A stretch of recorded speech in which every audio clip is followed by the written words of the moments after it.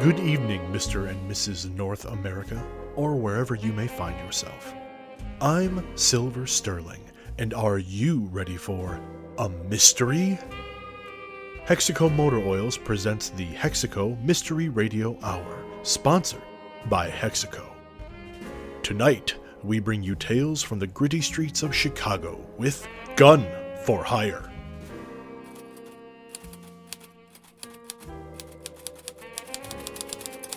Well, looks like our crew has got themselves caught up into something.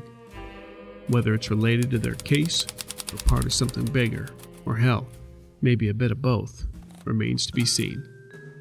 One thing we do know for sure is that Grace Gunn is down for the count, and that's got her three friends shaken more than a soldier on leave in a tomato market. And if you know anything about these four, it's probably about to get worse.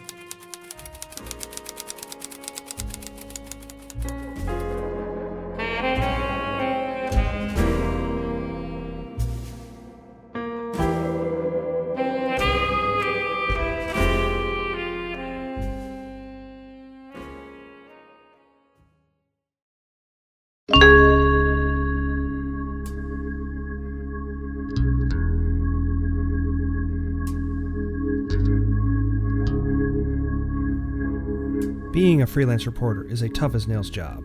No one recognizes the effort you have to put out in order to put enough food on your table.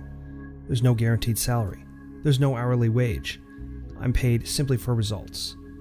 But sometimes those results remain just slightly out of reach. The closest I've come to homeless, penniless, and starvation, they all happened because of 2 weeks I couldn't provide those results. Not that I wasn't trying. It started with coming across a bank robbery in progress. Easy money, most would say. They'd be right. If the getaway driver didn't hit that puddle and soak both me and the film so thoroughly that I lost the money on dry cleaning. Next day, an easy job covering the Chicago Symphony Orchestra. As they were checking my bag at the entrance, tipped the whole thing over, all the film ruined. My luck didn't end there. A murder up 30 flights at the Opera House, body already packed up by the time I climbed them all. A shot of the winner of the big race was a split second too early. The wrong car at a car show. Countless tips that I was always a step too late to capitalize on. My colleagues, they started calling it pulling an Irving. Wasn't too funny for me then. At the end of the 2 weeks, I hadn't eaten in 3 days. My rent was a week overdue. If I didn't produce soon, I'd probably no longer get work thrown my way. Moral of the story? Don't knock tea onto old women while trying to line up a shot. If I didn't know better, I'd have said I was cursed.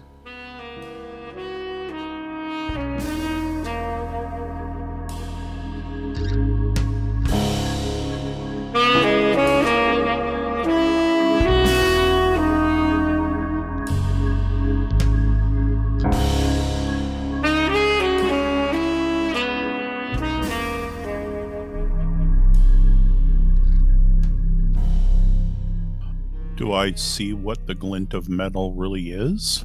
Do I have time? Well, a number of things go through your mind. Is it including the bullet? Is it a knife? Is it a watch? Is it you're not sure. Is it the head of a cane?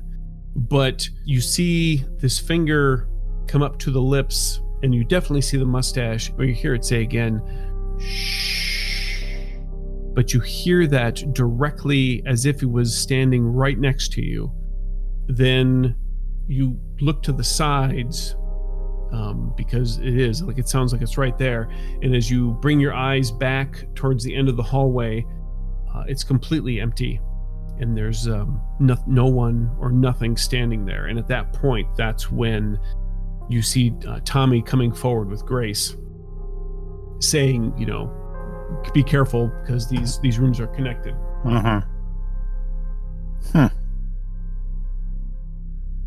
Doc, you need to take a look at Grace. And there's a whole lot of blood in the kitchen. I don't think it's hers, though. All right. Find someplace. Irving, watch the door. Tommy, bedroom. Move back to the bedroom. Don't take me back in there. I just got out of that hellscape. Or actually, a couch in the living room would be closer, probably. That would work too. Just don't take me back to the kitchen. Drop her on the couch in the living room. It's closer. All right. Bump. It's got cushions. I'll linger in the doorway. Hopefully he doesn't brain me on the arm of the couch or something. Are you? I'm assuming you're shutting the door. Oh, me? Anyone? The front door?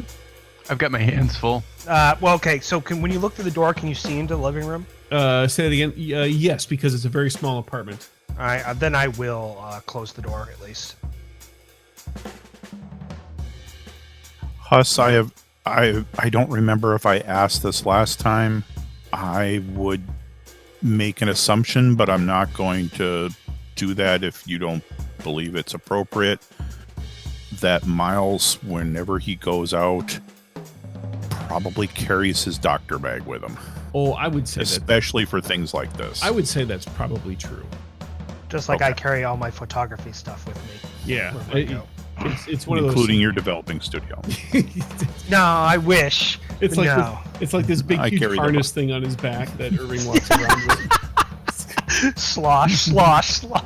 It's in a bag of holding, right? Yeah. Yeah. Exactly. No, I would think that you absolutely would All have right. your doctor's bag with you. All right, so I'll inspect Grace. Go ahead and make a healing check. Or medicine. Or whatever Which do you want?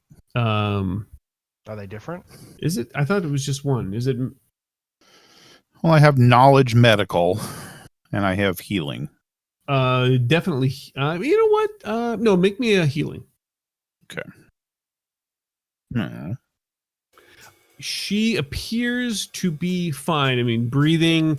You even have a little stethoscope. Her heart's beating fine, maybe slightly fast, but she appears to have just passed out.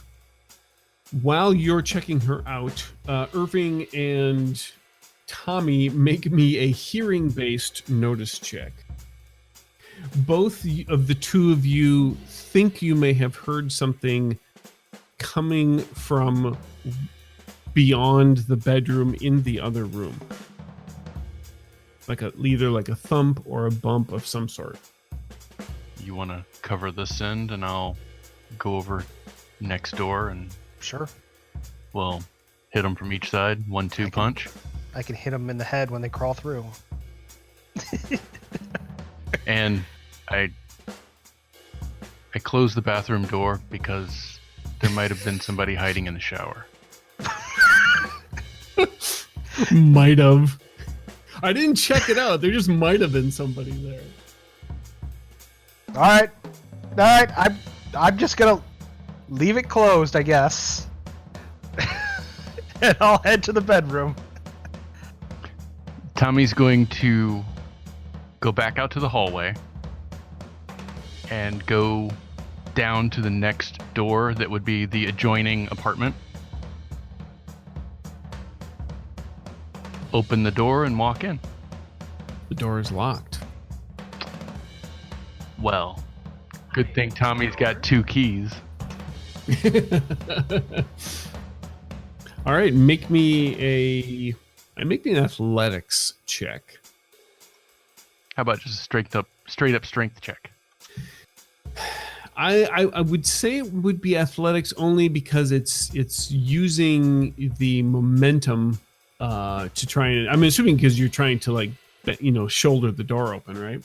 Correct. Yeah, I would think that it's the athletics comes in the proper placement of that massive strength of yours. Gotcha. Not bad. All right. So yeah, how are you doing it? Are you kicking it or are you like charging through? Shoulder slam. Okay. So you shoulder slam through the door and it just gives immediately to your momentum. And Irving, you can hear this. You hear this cracking of wood and everything. And so boom, you come rushing in there, Bam Bam. And you're looking around and make me a notice check. Wow. In Fuego. You catch just the tail end of a figure of some sort that has gone out through their kitchen window, because everything is kind of reversed. So the kitchen and everything would be on the right in this one, and bathroom, bedroom on the left. And you look to the right and you see just a little bit of this figure going out through the now open kitchen window, and you can hear the telltale clank, clank, clank, clank of somebody on a fire escape. Can I go out that window? Knowing that Irving will be able to hear me because there's a hole through the bedroom wall, Excellent preface. Tommy is going to yell 2 words. Fire escape. And go for the window out to the fire escape. Well, you're yelling that to the guy with the cane.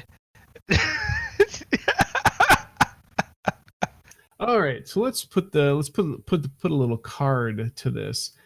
So you yell out the phrase fire escape. At that moment, Grace, your eyes just flick right open. You see Miles kind of standing over you. Looks like he's bundling up his stethoscope and stuffing it back into his bag, and you're not really sure what the heck is going on. So I'm going to co-op your action, that your eyes flick open and you immediately gain a sense of what is going on around you. Bam Bam, it is now your turn. Fire escape with murder in his eyes. All right, make me an athletics roll as you go to try and navigate this. All right, so you're out the window down and going, making your way through, and you can definitely see someone there also trying to make their way down. The fire escape is in the alleyway that the cop is out in. That is correct. All right, Irving, hearing-based notice check. Miles, a sight-based notice check. And Grace, you can also make a sight-based notice check. Irving rolls a 7. Okay, Miles, you got a 2. So, Irving, you can hear this. It's very slight, but you can hear this creak of a door behind you and probably to your right opening. And you figure, wait a second, I think that's the bathroom door. You can hear that behind you. Miles, you're busy putting stuff into your bag, so you don't see that. You don't see anything, but you hear Grace say, "Hey, why am I on a couch? And who's that?" And Miles, you look up and you see somebody essentially trying to beat feet toward the front or the apartment door. And it is your turn, Miles. Yeah, I'm going to try to actually tackle him. Tackle him? All right. Let's do opposed athletics on this one. That's not good. All right. You come by and you kind of get a grab on their pant leg, but they are able to shake you and get to the door and get it open. And Irving, you heard Grace say, "Hey, who's that?" And then you hear like a shout or something from Miles, and then there's like all this like scuffling type noise, and it is now your action. So can I step so I can look down that hallway? Do I see them? Yeah, you can almost lean back from your position in the bedroom, and you see a figure just getting to the door and getting it open, and you kind of see like the tail end of Miles just missing, the grab. I am going to hurl my cane right at him.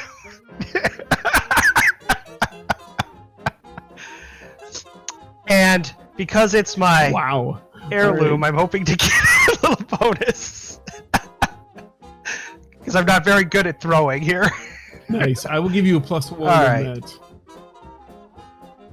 I'll give you a +1. Yeah, this is athletics for throwing, so that's not good. That's another Benny down the drain. Come on. Oh my god. That's 2. Well, that's a 4. I'm trying to get a little bonus here, so I'm gonna try again. Okay. All right. No, I'll just roll the same thing 3 times. Ugh. 3 3s in a row. That's amazing. Always on the D. No, the first one was on a.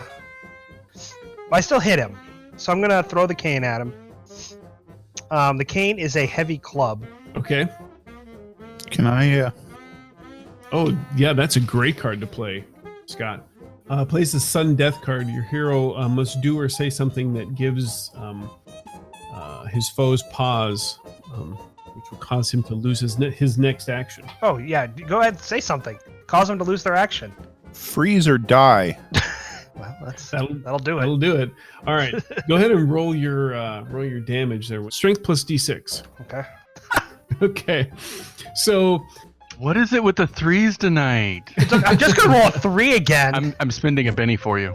If we were using dice, I'd tell you to put them all in dice jail. You know what this is, guys.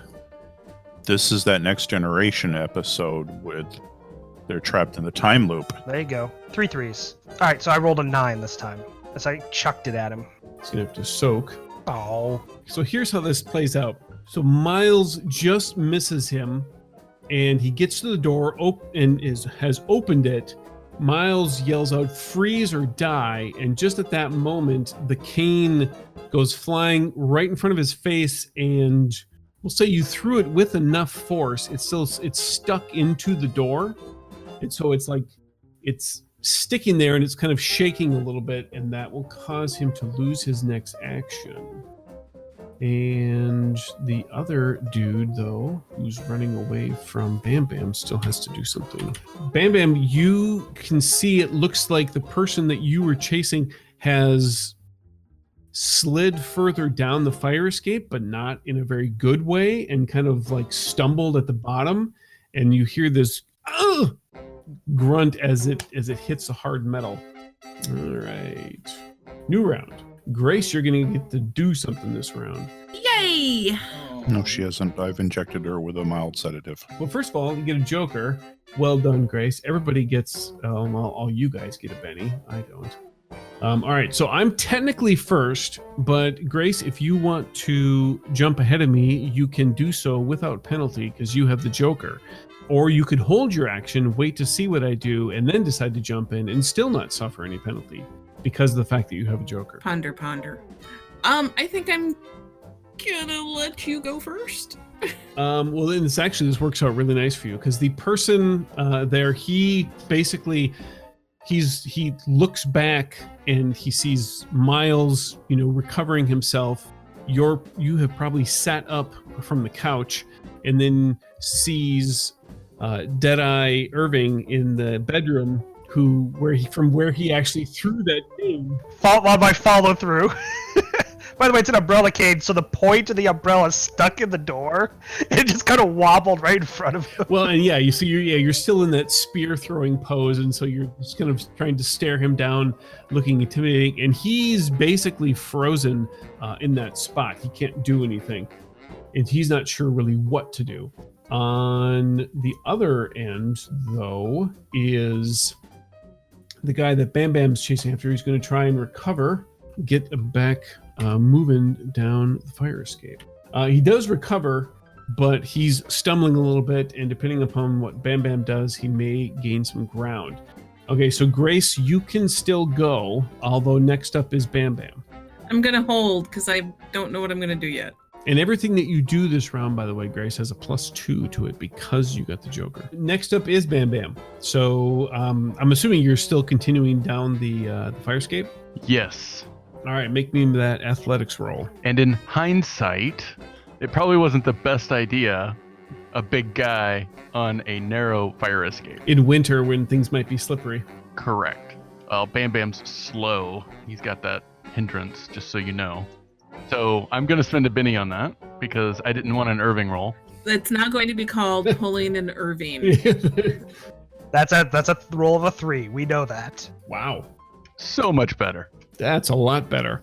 All right. So you basically, going with what you just said, you realize there's probably a better way to do this and take more advantage of your strength rather than any sort of dexterity.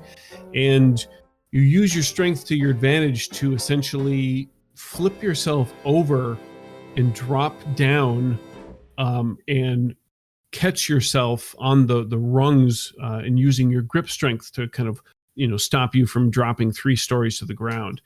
And you have essentially caught right up to him, and he's right there at the next stairway down as you kind of flip in right there to take him on, or to at least have some sort of square off with him. And glaring at him, I'll just say, you can't escape. Irving, you are next. Okay. Irving's going to kind of, do that limp walk up to him because he just stopped in the doorway with his umbrella like there. He's like, I'm going to do a taunt test against him. I get that for free with my Kung Fu Confusion edge. Oh, nice. And then, so I'm going to do taunt against his opposed. I believe it is smarts. And I get +2 to taunt. I heard a lot of rolls. That's not good. 10? Oh, my. Okay. I only rolled a 7.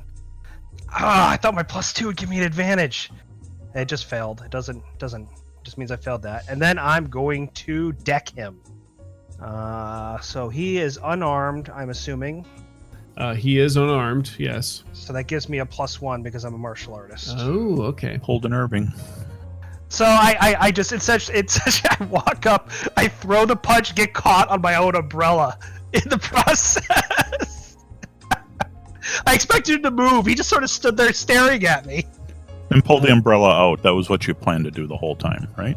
Yeah, that's it. Yeah, exactly. And so, your arm just kind of hooks around the umbrella, almost acting as a shield. So, Miles, you're technically next, and Grace, unless you want to jump in.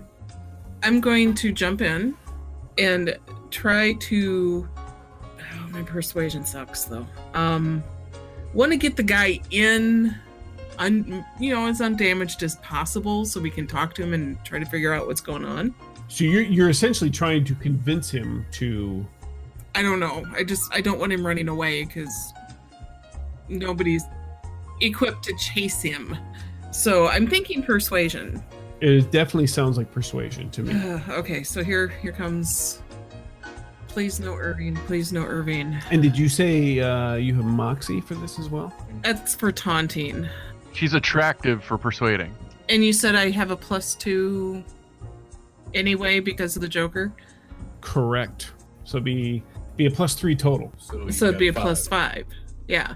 Or a total 5. I didn't mean +5. Oh, so that 2 that you rolled is... So my persuasion was a 2. You gave me 2 for the Joker. And I got a +1 persuasion if I use attractive on top of that. Do you want to spend a penny and re-roll? Why? The way you put it that way, yes, I do. Because I've got 5 of them. Might as well use them. There you go. That would be a 7 if I do all those pluses. All right. And are you going to stick with the 7? I look at Brett and he's like, don't look at me. Yeah, I think I'll keep it. I'll keep it. I can see him blocking you. I mean, that's a good roll. I'm the only reason I'm even asking is because I'm about to roll, and I don't, so I don't. That's I'm just checking before I roll to resist. Go for it. I'm gonna keep the 7. Woohoo! And he crit fails. All right, so you are essentially trying to convince him to just stay put? And maybe guide him back into the apartment so he doesn't run away. He looks at you, and then he looks, at Irving tangled up in the umbrella, and he's looking at Miles getting ready to do whatever Miles is about to do, and he says, look, I just don't want any trouble. I just don't want any trouble, all right? I just don't. So why don't you come on in? Let's have a talk. See if you know anything about what's going on. I don't know nothing. Go ahead, Miles. What do you want to do? I will draw my weapon. Just draw it, not... Now, Miles, don't do anything hasty. The Hippocratic Oath is is a guideline more set of rules. It's suggestions. I'm only going to shoot him a little bit. There's enough blood on the floor. We don't need any more. Yeah, sure we do. The more blood on the floor, the more money I make. Yeah, I'll pull draw and a bead on his forehead. Don't move. Okay, new round. Grace, you are first. He's standing there, and he has relaxed some. Your words definitely seem to put him at ease. Irving's right on top of him, almost looking intimidating. And then he looks over. Miles has got the gun as backup. But it is your turn. You're not sure exactly what he's going to do yet, but you do get to go first. And again, you can delay if you want, but when you decide to jump in, you have to make a test to see if you can go. Yeah, I'll go. And I'm gonna kind of pat the couch next to me and say, my friends are just a little edgy, and maybe you should come over here and we can have a sit down and a little chat. Why don't you come on in? Make me another persuade roll. That would be a 6 with the +1. All right. Tommy, you're basically, like I said, standing on that balcony. And you're essentially on like the first floor or first story. So, it's not too far to the bottom from here. And is the gentleman I'm after headed down to the first floor? It looks like he would be trying to take that last bits of fire escape to get down. So if I was to basically hop off of this rail, would I be able to land at the bottom of the fire escape waiting for him? That sounds really cool, so yes. I pulled an Irving. I was going to say, stop being an Irving. Benny. Yay. That's better. All right, so yeah, you've essentially landed and you're in position. All right, Miles, you're next. Did he come in? He hasn't. He has not moved. Grace said what she said about you guys being a little jumpy and look just without any trouble, and she kind of patted the couch. And you did notice his posture has lessened or has softened slightly. Okay. But he's still not sure. Can I delay my action then until he goes? You absolutely can. Yep. I will wait until after he goes. All right. Irving. Irving, in his attempt to try and look intimidating, as you put it, snatches his umbrella out of the door and gives the guy a little point, step back, and then and Irving steps out of the room, shutting the door so he can't leave. And then takes off to go try and find Bam Bam. As slow as he goes. He sees the door shut, and then he looks at Grace, and then he looks at Miles, and he says, "No cops, right? You guys ain't cops, right? I don't want no cops." No cops. No cops. Can you help us with what's going on in this apartment?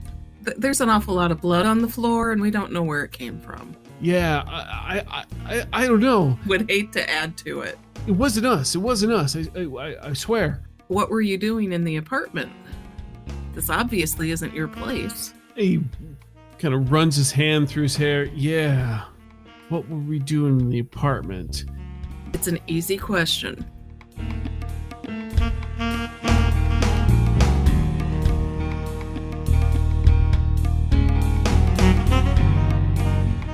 And now, some wondrous words of wisdom about products to make your life better.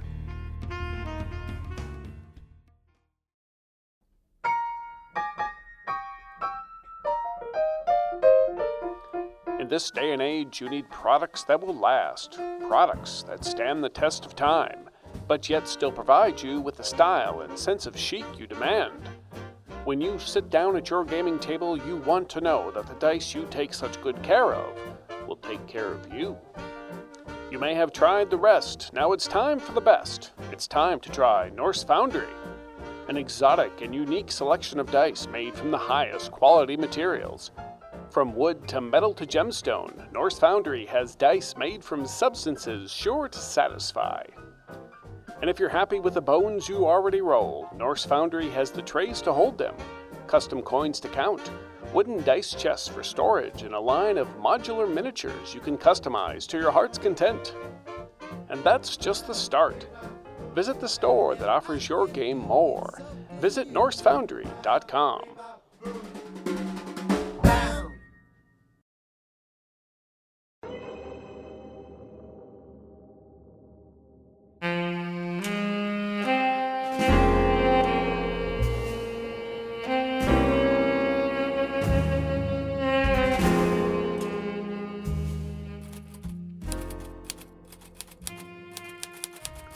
Well, she said it was a simple question, but I'd go dimes to donuts at this answer, and what it leads to is going to be anything but simple. Alright, that's enough for now, so shake a leg till next time. But just so we're clear, the part of Grace Gunn was played by Jill Rich, Irving Holt is played by Brad Smith, Miles Pike is played by Scott R. Nelson, Tommy Bam Bam Prue is played by Brent Rich, and the boss in charge of this clip joint was Chris Hussey. I'm E. Iwick, and remember, taking a wooden nickel is less trouble than a Ghost Rock dime. Oh yeah, one more thing. See, we got this contest going on. We've got a sleek pair of rats and mice. You know, the bones you roll in those back alleys. That's dice for the rest of you. It's a nice set from our chums at Norse Foundry. I'm no snitch, but here's the deal. Simply leave a review for either this podcast or The Adventures of Young and Holt. And we'd like 5 stars, but times are tough, so as many stars as you can spare. And if for some reason your podcatcher doesn't do them, well, then check out the show notes for how you can also enter.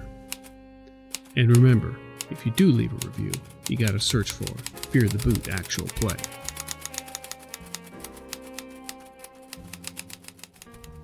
Thank you for joining us for this episode of the Hexaco Mystery Radio Hour. This game references the Savage Worlds game system, available from Pinnacle Entertainment Group at PEGINC.com. It is unofficial media content permitted under the Media Network Content Agreement. This content is not managed, approved, or endorsed by Pinnacle Entertainment Group. Certain portions of the materials used are the intellectual property of Pinnacle, and all rights are reserved. Savage Worlds, all related settings, and unique characters, locations, logos, and trademarks are copyrights of Pinnacle Entertainment Group. Leaving a 5-star review of this podcast not only helps everyone here at the Hexaco Mystery Radio Hour, it's also your civic duty. When doing so, please search for Fear the Boot Actual Play.